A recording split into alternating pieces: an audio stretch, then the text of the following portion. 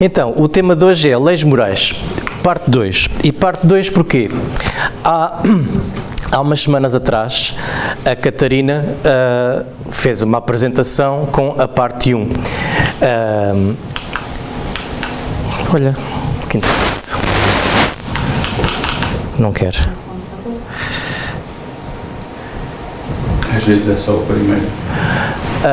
Então, ela falou da lei divina ou natural, da lei da adoração, da lei do trabalho, lei de reprodução, da conservação e da destruição. E hoje... Não. A lei da inação. Exato, paciência. Não quer funcionar, a não ser que isto seja aqui, já sei. Isto é fio partido a mau contacto. Tem pilhas? Tem. Até aprende. Aqui, agora já está. Agora já funciona. Ok. Então, ok, obrigado. Hoje viemos falar então da lei de sociedade, lei de progresso, lei da igualdade, lei da liberdade, justiça, amor e caridade e perfeição moral. Vamos então começar. Lei da sociedade. O que será isto? De salientar que estas leis estão presentes no Livro dos Espíritos, que é o livro onde assenta a filosofia espírita, a parte filosófica do espiritismo. Então, lei da sociedade.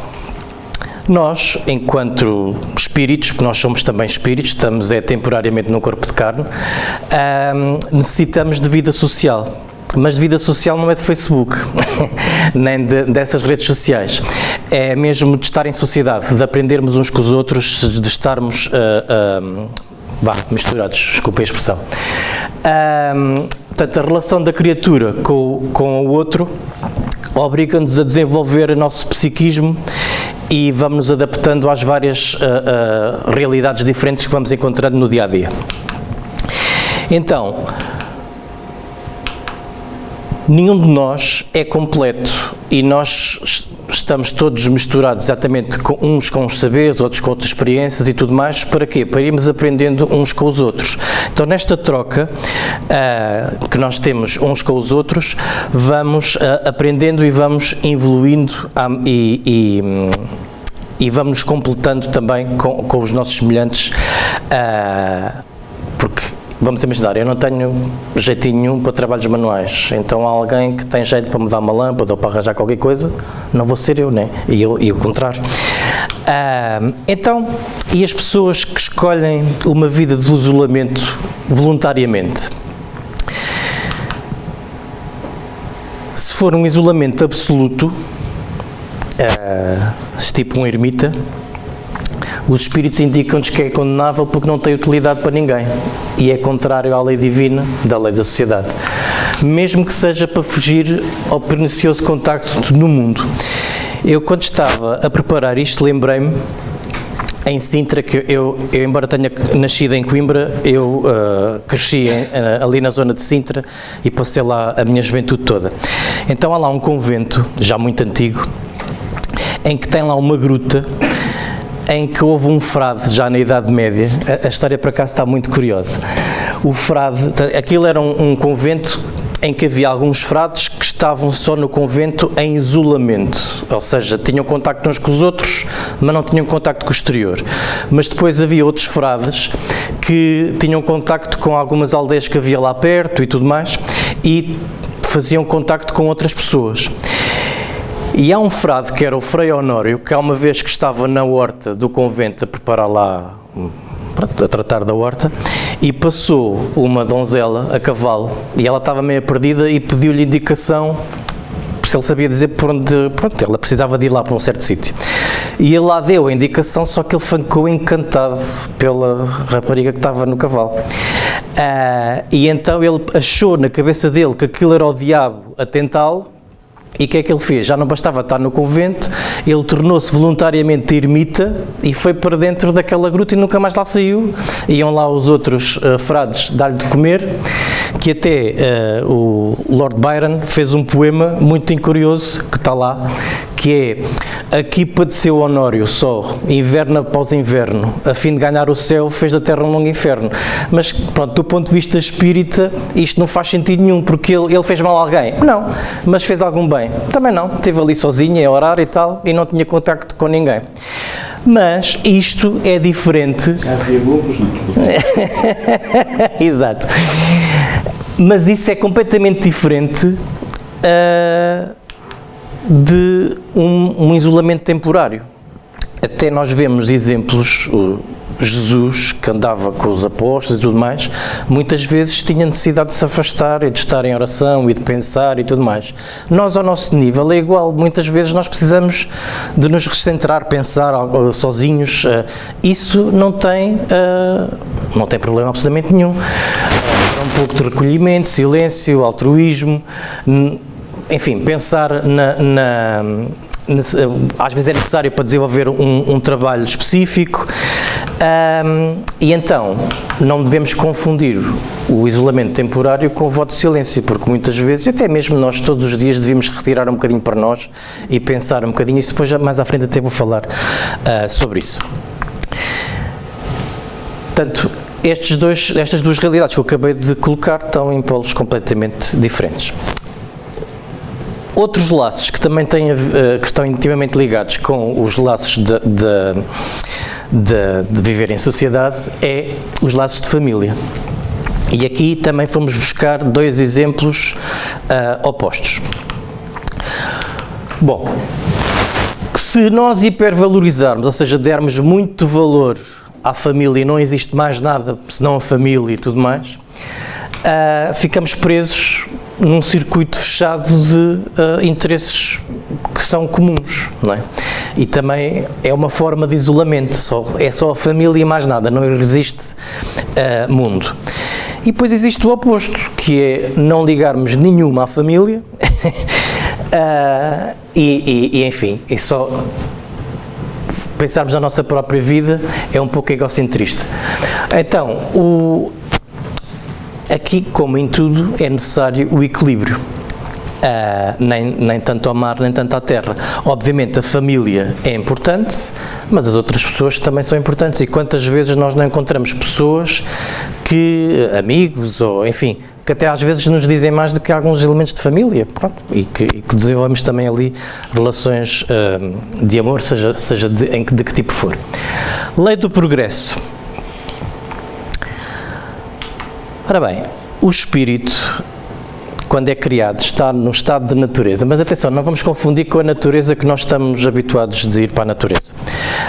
Isto também é o ponto de partida do espírito, mas através da lei natural, que é diferente do estado da natureza, que é a conjugação das várias leis, vão empurrando esse espírito do estado de natureza para estados mais evoluídos. Não quer isto dizer que vira as costas à natureza, tá? Então, atenção, a palavra é que tem este sentido.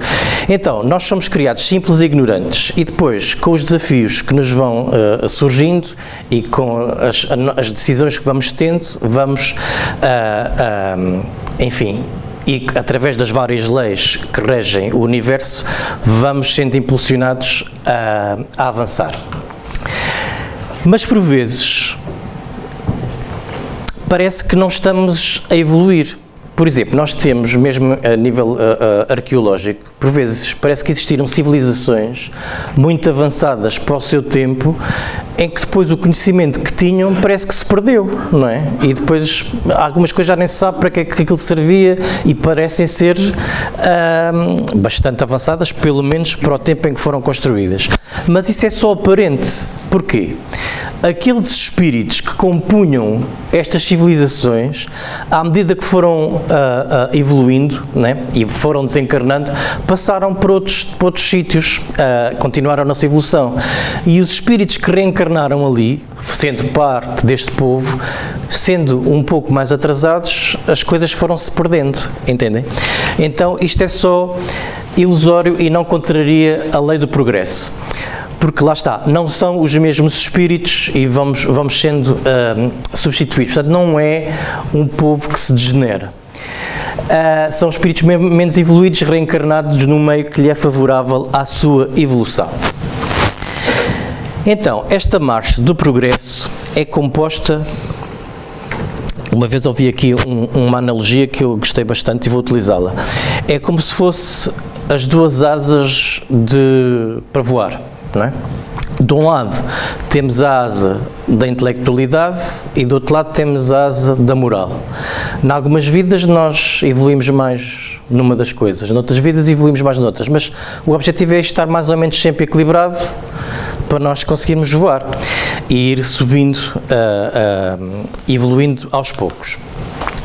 Então, como eu tinha dito, a parte intelectual, que é a base do progresso moral, e depois a parte moral, que é então o objetivo que nós temos enquanto espíritos.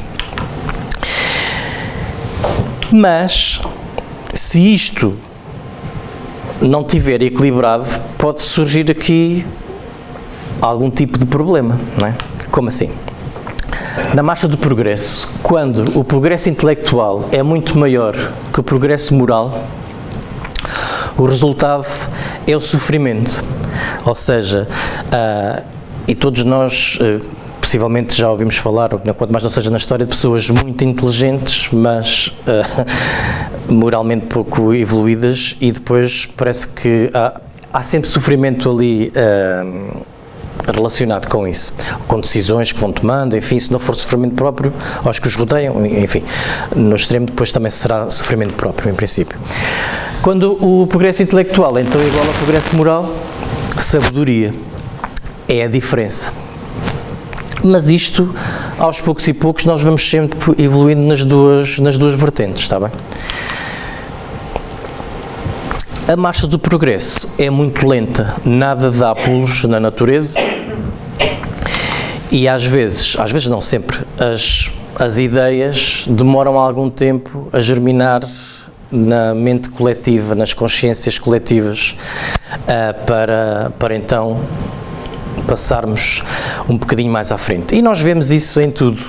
Se olharmos para a história do nosso planeta, vemos que ao olharmos para trás, nós estamos hoje muito melhores do que o que já fomos há uns séculos atrás, mas mesmo assim nós olhamos à nossa volta e achamos que está tudo mal, ou pelo menos há muita coisa que está mal.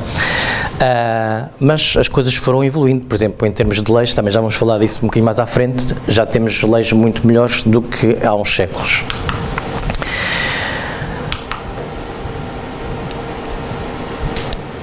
Na marcha do progresso, lá está, pode parecer às vezes que nós em vez de evoluir recuamos e, por exemplo, agora nas notícias tem estado a haver muita coisa em termos de conflitos bélicos e tudo mais, enfim, mas as coisas têm sempre a tendência para evoluir, nem que seja um pouquinho, está bem?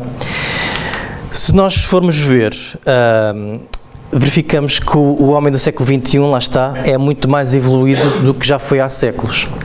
E nós poderemos, por exemplo, pensar, por exemplo, no caso das leis, nós vamos falar disso a seguir, mas eu vou dar o exemplo já.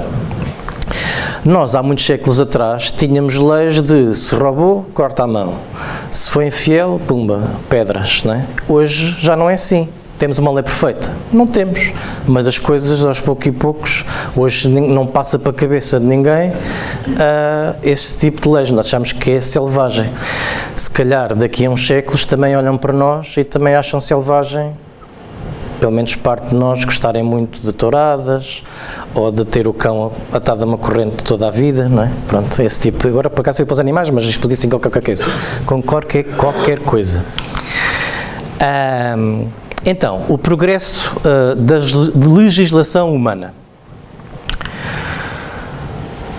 Ora bem, isto é uma exigência social para nós nos conseguirmos dar uns com os outros, não é? Tem que haver leis para regularem a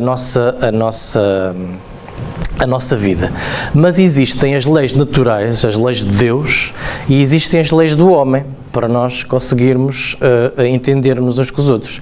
E a lei do homem ainda está muito aquém, então há muita coisa que nós vemos que, em si, vai evoluindo devagarinho.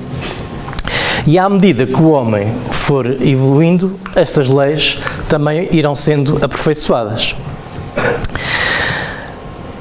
Ou seja, cada vez estaremos mais próximos das leis naturais.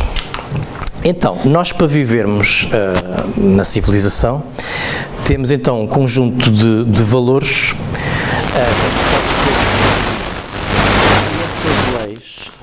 visam respeitar o seu semelhante.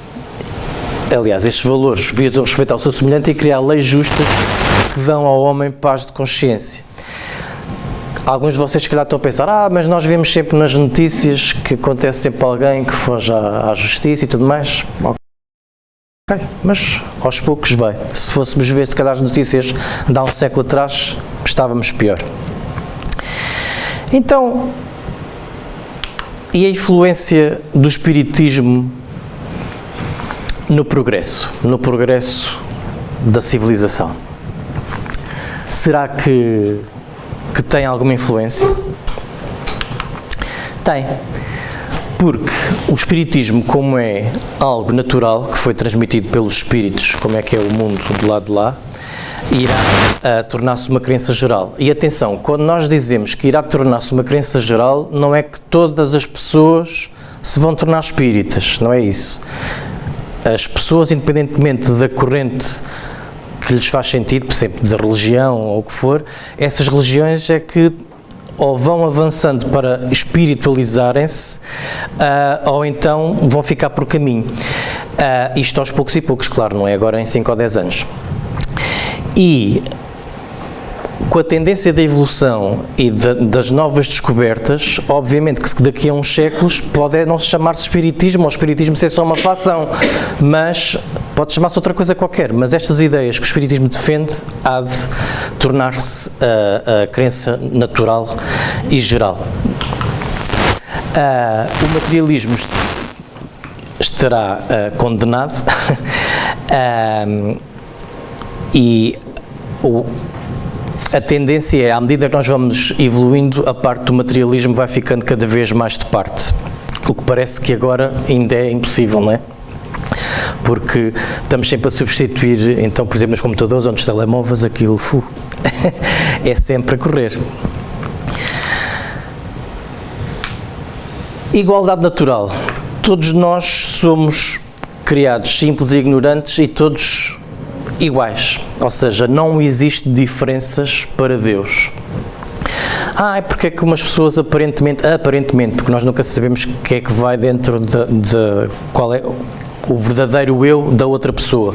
Porque é que há pessoas que aparentemente são mais evoluídas que outras e tudo mais? Pronto, é com o mérito, se calhar começaram primeiro, ou então têm ido mais rápido, mas pronto, nós estamos todos misturados e vamos aprendendo uns com os outros. Isto também dá jeito para, se fôssemos sozinhos, demorava muito mais tempo. Então, as posições evolutivas diferentes são o esforço de cada um de nós ao longo da trajetória. Todos nós estamos fadados à felicidade, todos. Podemos agora estar a passar por uma fase muito difícil e tudo mais, mas todos nós estamos fadados à felicidade e não podemos ter a limitação de estarmos a atingir só a esta vida ou a 10 ou 20. São muitíssimas. Nós, para estarmos aqui, já começámos há muito tempo e ainda estamos na parte inicial, não é? Nós estamos na fase evolutiva hominal neste momento, mas ainda há muito à nossa frente, muito, e que nós nem conseguimos imaginar. Ora, se nós somos todos iguais, existirá a igualdade de direitos entre homem e mulher, não é? Não há dúvida. No papel já é assim. Nós vemos que na prática já foi muito pior, mas ainda não chegámos a essa igualdade. Mas depende de cada um de nós. Todos nós temos algo ativo para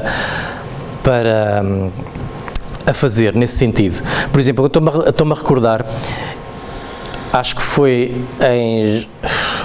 em 1866, já não me recordo bem do mês, mas o Allan Kardec escreveu um artigo na Revista Espírita com o título As Mulheres Têm Alma. Aquilo foi mesmo para chocar. Porquê? Na altura ainda se andava a discutir se ainda era notícia a mulher ter tirado um bacharelato numa universidade. Havia países que as mulheres ainda não podiam votar, bem, se calhar hoje também ainda, mas já são em minoria. E estas coisas para nós agora, isto não nos passa para a cabeça, né? Mas e foi uma forma também de fazer as pessoas pensar. Porque nós somos mesmo iguais. Umas vezes nascemos homens, outras vezes nascemos mulheres, conforme for mais útil para a nossa evolução. Porque nós todos tivemos o mesmo início e o espírito não tem sexo. Lá está, através da lei da reencarnação já fomos homem e mulher, e a inferioridade de que a mulher tem sido vítima é fruto de preconceitos milenares por o homem ser mais robusto. Mas nós todos temos um papel decisivo no dia-a-dia, nas nossas vidas, e complementamos-nos muito uns aos outros. Então, a igualdade entre homens e mulheres não os obriga a ter funções semelhantes. E isto é importante reforçar. Por exemplo, isto vai mudando com o tempo, mas ainda hoje existem cursos universitários, eu estou a buscar este exemplo, mas isto aplica-se a qualquer coisa. Existem cursos que naturalmente, e não é por preconceito, é porque as pessoas parecem que têm mais jeito para aquilo, naturalmente têm muito mais homens ou naturalmente têm muito mais mulheres. Obviamente que qualquer um destes cursos tem lá meia dúzia de pessoas do outro sexo, mas as pessoas têm as suas aptidões naturais e lá está, não nos obriga a ter funções semelhantes, mas temos é que compreender que as funções que cada um de nós representa são importantes para o funcionamento correto do nosso mundo, ou da nossa casa, ou do que seja. A emancipação da mulher nem sempre é bem entendida e aceite, mas é um marco importante no progresso da civilização, e há de ser mais. E nós também temos igualdade perante o túmulo. Eu sei que agora é aquele tema que ninguém quer falar da morte, mas aqui estamos num centro espírita, o que mais falamos é de morte. Então, nós perante a morte somos mesmo todos iguais. Pode haver pessoas que têm aquela tendência de ter um túmulo muito... uma coisa espetacular, parece quase um templo, na tentativa de a sua memória perdurar por mais tempo. Mas isso não interessa nada, porque aquilo que nós levamos para o lado de lá é só a consciência. É aquilo que nós fizemos. Nós não levamos nem dinheiro, nem dívidas, já agora, nem a casa, nem carro, nem nada. Não levamos nada. A única coisa que nós levamos é a nossa consciência. E às vezes as coisas mais pequeninas, que até passou mais despercebido, são coisas que têm mesmo muito peso. E é nisso que nós devemos apostar, porque isso é que é a verdadeira riqueza. Obviamente temos que fazer um esforço para ter algum conforto enquanto cá andamos e dar conforto à família ou o que seja. Mas não podemos viver para isso. Não é? Há coisas mais importantes. Desigualdades de aptidões. Porquê é que será? É porque uns começaram primeiro, ou foram mais rápido, tal e qual como eu disse há pouco, mas aquele que porventura for menos evoluindo vai aprendendo com o outro que é mais evoluído, pelo menos naquele tema específico. E ainda por cima desenvolvemos a solidariedade entre nós, que também é algo muito importante. Tudo isto ajuda na lei do progresso. Mas nós, neste mundo, estamos fartos de saber que existem muitas desigualdades sociais. E como é que é isso? Como é que isso influencia nós enquanto espíritos, não é? Para já, estas desigualdades sociais são criadas pelo homem. Não estamos aqui a falar de política, nem esquerdas, nem direitas, nem nada disso, está bem? É por ganância ou por que seja. Abusos e orgulho, egoísmo, e sabem perfeitamente que há algumas pessoas em cargos de direção, ou donos de empresas, ou governantes de países, que é tudo a mim, arredado para lá, não é? E isto vai criando as desigualdades. Obviamente que, por mera hipótese, se agora de repente todo mundo entrasse em acordo e distribuíssemos exatamente a mesma quantidade de dinheiro por toda a gente ficava exatamente com a mesma quantidade de dinheiro. Passado 3 a 4 dias, ou menos, se calhar passado umas horas, já havia pessoas muito ricas e outras muito pobres, porque também depende um bocadinho da cabeça de cada um. Ou seja, essas desigualdades irão existir sempre. O que nós estamos a falar é dos abusos. Então, desigualdade das riquezas. muitas vezes é necessário para a evolução do espírito. Porquê? Nós evoluímos de dois motivos, por duas formas, aliás, ou pelo amor ou pela dor. E muitas vezes temos que passar por alguma experiência para aprender. E as experiências mais difíceis são os extremos, são os ricos e os pobres. E dentro destes, possivelmente, a prova que é mesmo a mais difícil é da riqueza. Porquê? Tem a tendência de subir à cabeça e depois nunca se é rico o suficiente, é sempre preciso mais, e depois tem essa tendência a tratar os outros assim, de cima para baixo, e não se considerarem iguais, e, enfim, o rico que tem essa, para a maioria de nós, aí a felicidade de ser rico, tem ali uma grande carga às costas, que pode lhe correr muito bem se tiver juízo. Então, o rico explora, escraviza, não todos, obviamente, estamos a falar genericamente, e deseja ser cada vez mais rico. A solução encontrada na forma como emprega os seus bens e o seu poder. Porque, vamos ver, um rico que crie empresas e que essas empresas façam pessoas ganhar o seu salário, e que gere mais riqueza e que cresça e abra outras empresas e tudo mais, está a dar trabalho a muita gente. Isto é o correto, ok? Muitas vezes nós temos a mania de pensar, não, tem tanto dinheiro, podia distribuir para as pessoas. Não, isso é dar o peixe, tem que dar a cana para os outros conquistarem as coisas também pelo seu valor. Agora, por exemplo, viver dos rendimentos não está a gerar emprego para ninguém, não está a gerar ninguém, e está ali, pronto, é uma vida que passa assim um bocadito, mesmo que não faça mal a ninguém, também não fez bem. O pobre, muitas vezes revolta-se, aí é que está, muitas vezes revolta-se, queixa-se, tem inveja e entra ali numa espiral e acomoda-se à situação. A solução é aceitar o Estado, não é? Mas lutar por uma resignação ativa, não entrar nesta onda do revoltar-se, do queixar-se, da inveja e tudo mais. Pronto, nós todos passamos por estas experiências todas, está bem? E em todas aquelas que estão no meio, obviamente. Outra lei, lei da liberdade. Nós vivemos num país livre, eu posso fazer o que eu quiser. Não. A liberdade total não existe, e não existe mesmo. Por exemplo, eu agora, mas eu sou livre, eu quero ir a Marte. Não dá. E a minha liberdade acaba onde começa o nariz do outro, né? Eu não posso agora passar-me da cabeça e começar, olha, porque eu sou livre, começo a bater em toda a gente, ou pior. Não. Ou seja, isso contrariava a lei natural. Mas o espírito tem uma necessidade natural de libertar-se, ou seja, nós estamos muito agarrados à matéria, não é? Por exemplo, nós somos espíritos, mas neste momento estamos espíritos encarnados.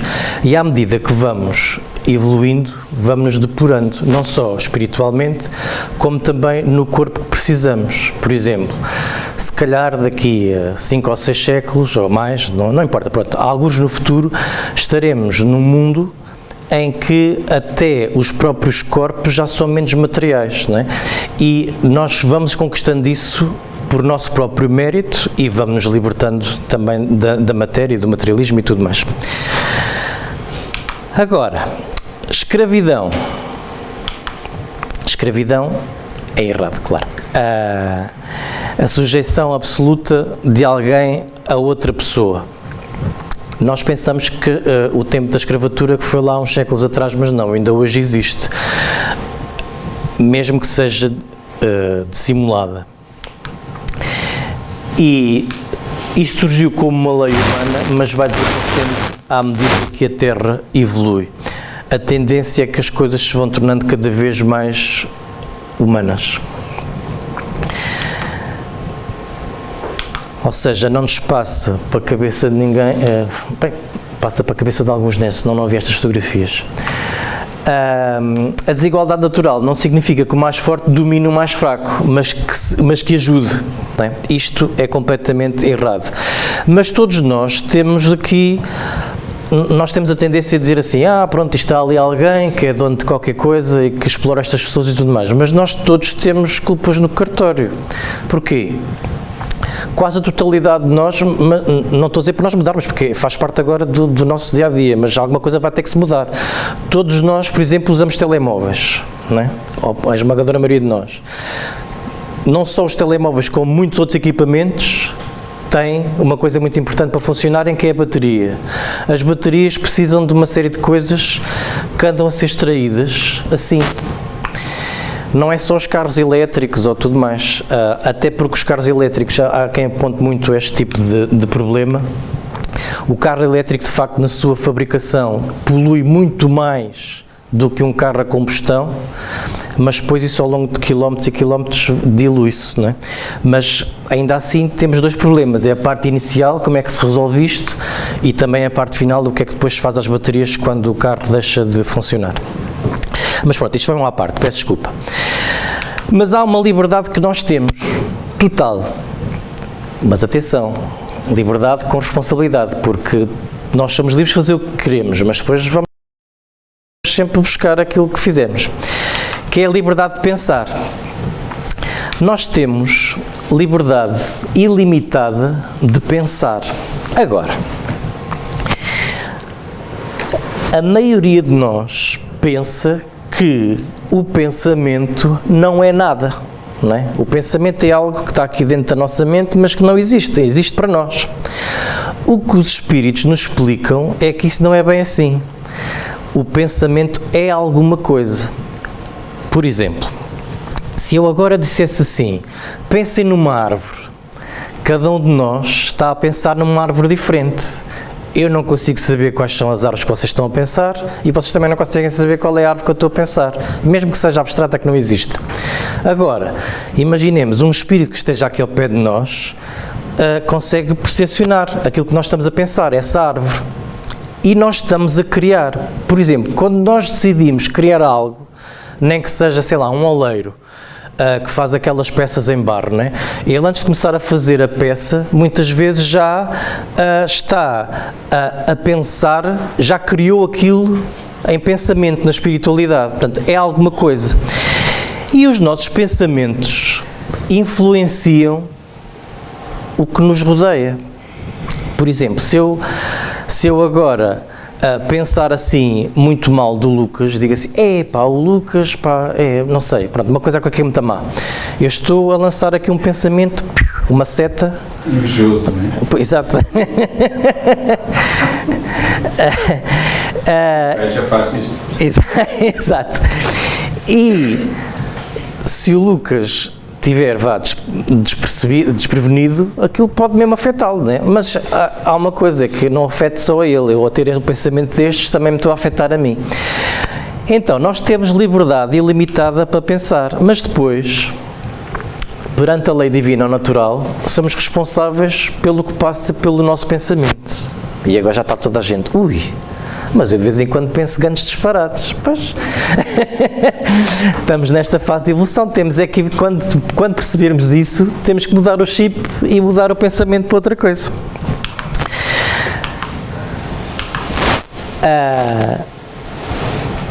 E temos que ver uma coisa.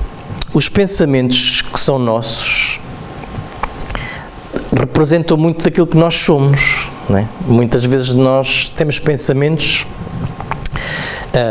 estou a dizer isto muitas vezes, não muitas vezes, mas algumas vezes, pelo menos alguns de nós têm pensamentos que até se calhar têm vergonha, né, se fossem vistos por outras pessoas. Agora, temos que ver aqui uma coisa, vou fazer aqui também uma à parte.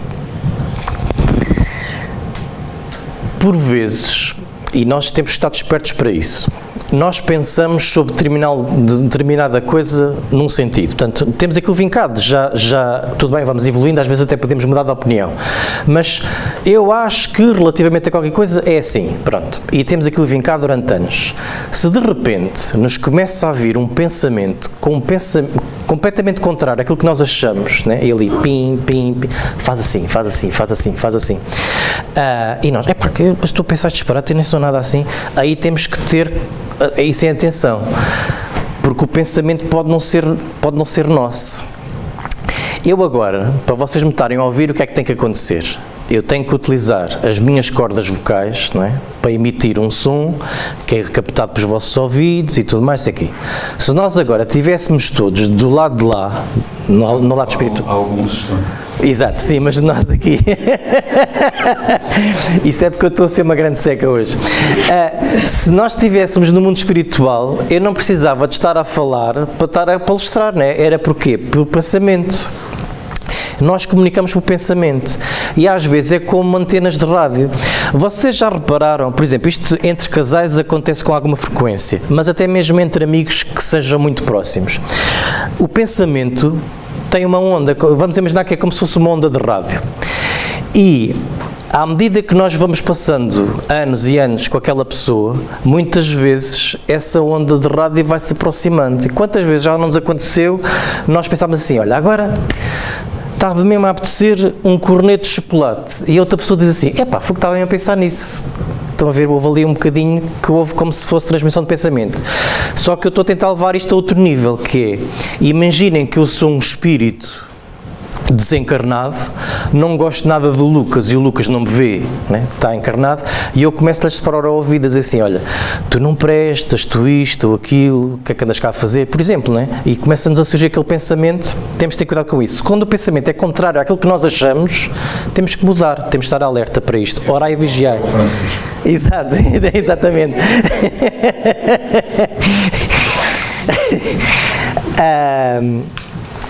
Pronto, e o homem gosta de ilimitada liberdade de consciência. Só que quando a consciência acorda, às vezes nós ficamos, fiz aquilo. Se procedemos em desacordo com o nosso modo de pensar, somos hipócritas, né? Nós pensamos assim, mas para não parecer mal fazemos assado. Também não é certo. Então, livre-arbítrio. É a liberdade que nós temos para agir. Por exemplo, eu agora posso dar aqui 2 passos para a minha esquerda ou 1 passo para a direita, porque eu decidi isto. Pronto. Mas nós estamos todos os dias a fazer, e a toda a hora a decidir coisas. Deus nos dá esse livre-arbítrio, essa liberdade para nós decidirmos o que queremos para a nossa vida. Só que, depois também tem o reverso da medalha. Quanto mais vamos evoluindo, menos estamos sujeitos ao instinto e mais estamos sujeitos ao livre-arbítrio. Por exemplo, um animal, vamos imaginar um cão, nós não sabemos o que é que vai dentro daquelas cabeças, mas tem muito de instinto, de pensamento, comparado connosco, muito pouco, não é? Obviamente que é senciente, ele sente coisas e pensa também à maneira dele, mas por mais que um cão queira, não percebe que se eu tiver ali um jornal, que aquelas coisas pretas que lá estão num jornal, numa folha branca, formam letras que por sua vez formam palavras e que eu estou a ter, aquilo para mim é lógico, né? Ele não consegue perceber isso, mas tem uma forma de pensamento. Agora, tem muito instinto, nós também temos instinto, mas já temos mais livre-arbítrio e à medida que vamos evoluindo, cada vez o instinto vai sendo menor e cada vez o livre-arbítrio vai sendo maior. Mas, atenção, pessoas que tenham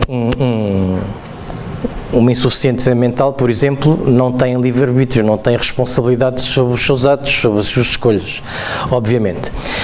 Mas este livre-arbítrio vai causar uma coisa curiosa, que é a fatalidade. Mas não é aquela fatalidade que nós muitas vezes julgamos, é fatal como o destino. Não.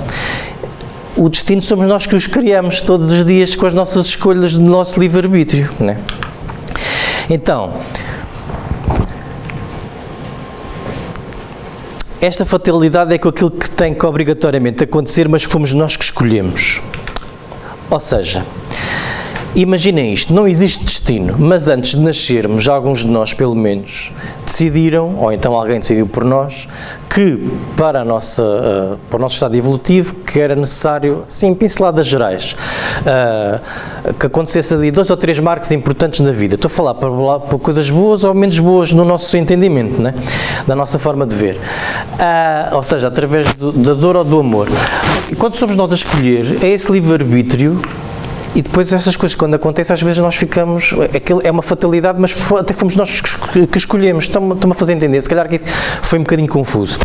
Nós não escolhemos assim antes de nascer. Olha, eu com 50 anos vou tropeçar ali do palanque no CCE e vou partir um pé. Não é esse tipo de coisas, mas se calhar coisas mais importantes como, olha, sei lá, ter tropeçado no espiritismo, ou 2 pessoas que se encontram e que depois se namoram e casam e tudo mais, esse tipo de situações, há 2 ou 3 que podem acontecer, mas até por nosso livre-arbítrio, depois de nossas escolhas, depois de estarmos no corpo de carne, até podemos mudar isso, ok? Então, como eu tinha dito há bocado, o instinto, a ausência de vontade e da razão, é mais o senso, o livre-arbítrio, a existência da vontade e da razão, e depois este livre-arbítrio é que vai dar a fatalidade, porque é a consequência daquilo que nós vamos escolhendo. Até mesmo, esqueçam lá aquilo que eu estava a falar há bocado, confundi um bocadinho do destino, que não existe no ponto de vista espírita, mas o facto de eu ir escolhendo algumas coisas, como o livre-arbítrio, vou criando fatalidades, que por causa das minhas escolhas fui causar aquilo ou chegar ali. Conhecimento do futuro, isto era uma coisa que muitas pessoas gostavam de ter, não é? Mas isto normalmente não acontece. E quando acontece, já lá vamos. É de uma forma diferente do que muitas vezes imaginamos. Não acontece porquê? Porque permite a continuidade do trabalho. Por exemplo, se eu na segunda-feira passada, vamos imaginar que eu tinha tido a possibilidade de saber o futuro, e me diziam assim, olha, mas diziam-me, com ali provado por A mais B, que eu sabia que aquilo era verdade. Diziam assim, olha, tu na quinta-feira vais morrer. Pá, e se calhar assim, então nem vou fazer a palestra, não cabe aquilo por aí. E perdi uma oportunidade de estudar, estão a entender? Porque estamos sempre a aprender. Ou seja, esse tipo de conhecimento muitas vezes, a maioria das vezes não nos é dado a conhecer, até mesmo para o nosso próprio bem. E quando acontece, enfim, é de uma forma excepcional e é ou porque é preciso executar uma tarefa especial, ou através da lei de causa e efeito, nós temos aqui umas intuições. Agora, à parte. Aquilo que para nós é futuro, muitas vezes para os espíritos é presente porque estão a ver de outro ponto de vista. Eu vou tentar explicar isto de outra maneira. Também vou utilizar uma analogia que eu ouvi aqui há uns anos e que ficou na cabeça porque eu achei muito clara. Imaginem uma montanha assim em formato de cone, ou seja, um cone virado ao contrário. E a estrada, para chegar cá de baixo até lá acima, vai sempre assim em espiral, não é? Então reparem nisto, quem for a conduzir, a subir essa serra em espiral, o que é que vê? Só vê uma curva continuamente à esquerda, não é? Tem uma ladeira assim do lado esquerdo e depois uma ribanceira do lado direito. Não vê mais nada, né? Vê sempre uma curva. Mas aquele que estiver no mirador, lá no cimo da serra, vê a estrada toda e vê o carro aí subindo, né? Então aquela pessoa que lá está em cima, se vir um grande pedregulho a ocupar a estrada toda, pode ligar assim, começa a fazer contas de cabeça e começa assim, espera aí. Ele a esta velocidade, se não for mais devagar, não vai ter tempo de parar e bate na pedra, não é?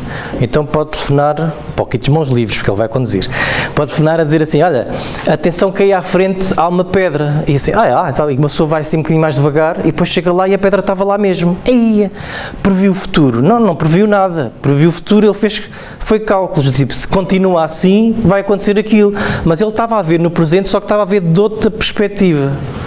Estão-me a fazer entender? Muitas vezes o que para nós é futuro é isto, quando é divulgado.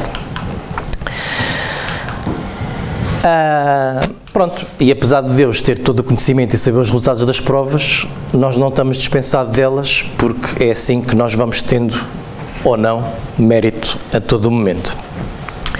estamos quase a terminar. Lei da justiça, de amor e de caridade.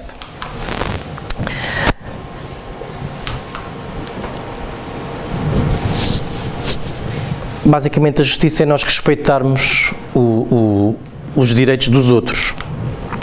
E enfim, e nós vemos à nossa volta que isto vai se manifestando de formas diferentes consoante o estado evolutivo da pessoa. Mas, assim, em traços gerais, direito de propriedade é legítimo, claro que é legítimo, mas é legítimo quando é adquirida sem o prejuízo de outrem. Com o meu esforço pessoal, ou com o vosso esforço pessoal, adquirirem uma casa e não estarem a prejudicar ninguém. Isso é legítimo. Agora, não é legítimo se for por roubo, através da força, da violência, da astúcia enganadora que prejudica outras pessoas. Isto não é legítimo, de facto. Caridade. Basicamente, caridade é o amor ao próximo. A caridade não é diferente da esmola. Está bem? A esmola é a caridadezinha. Portanto, a caridade é ensinar a pescar, não é dar o peixe. Muitas vezes, dar o peixe naquele imediato é importante, para a pessoa não morrer de fome, por exemplo, mas tem que ir mais à frente que isso. E há tanta caridade, até a caridade de calar para não magoar outra pessoa, a sermos, ou a caridade de dizer a verdade de uma forma delicada para não magoar, por exemplo, não andar aí a ouviste o que é que a outra pessoa disse, não sei o quê, isso não. Então, os graus parentescos, muitas vezes, são os recursos utilizados pela natureza para o desenvolvimento da criatura humana. E porquê? Porque muitas vezes aqueles que estão na nossa família, não quer dizer que seja sempre, mas muitas vezes até temos coisas a acertar, não é?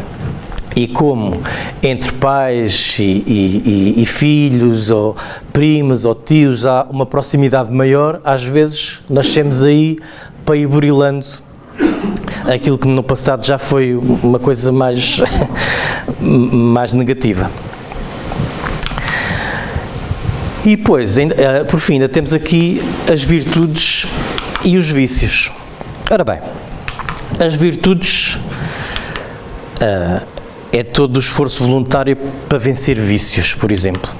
É uma virtude. Mas a maior das virtudes é o sacrifício que nós fazemos em favor de outrem, não é? Sem estar à espera de alguém troca, mesmo de coração.